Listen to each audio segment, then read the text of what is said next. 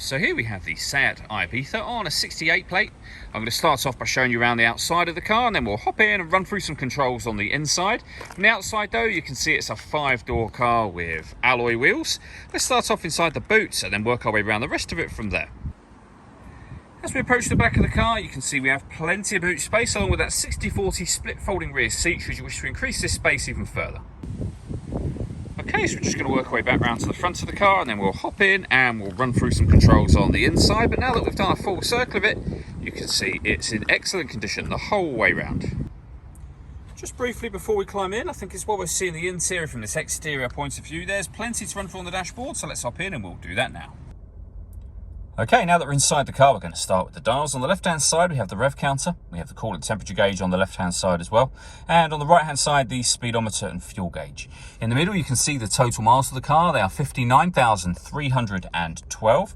Above that, we have a digital readout for the speedometer. You can change that information for various bits of trip computer and fuel economy info, but there are other menus available too. So assist systems, navigation, audio, your telephone, vehicle status, and back around to where we started a moment ago.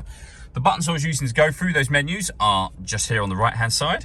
Over on the left hand side we have stereo and phone controls, and on the stalk just here you'll see we have cruise control as well.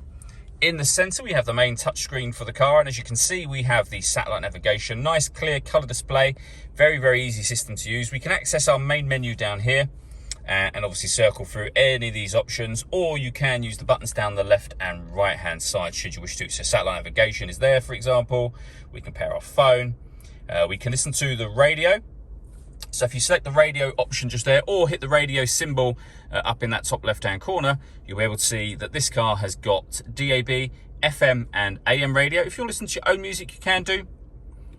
Plenty of ways to listen to that as well, as you can see on the screen. And they include Bluetooth audio. So once you pair up your phone, not only can you make and receive phone calls, but you'll be able to stream your music wirelessly as well. And pairing your phone is done just here. And then follow the instructions on screen. Working our way down, we then have the air conditioning. So you can adjust the temperature, the fan speed, the direction the air is being distributed in, and then that button there will turn your air conditioning on and off again. You can recirculate the air that's in the car. That's a great way of heating it up or cooling it down quickly depending on the temperature you've set over here, and with our rear heated screen as well.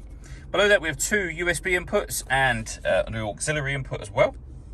A 5-speed manual gearbox, and then these buttons just here. So you can deadlock the car, so you can lock the car doors from the outside.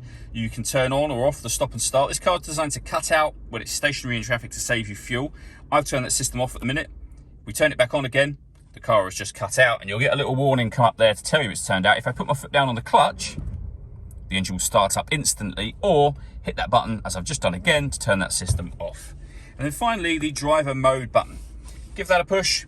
You can change the driving setup of the car from eco, normal, sport, or individual.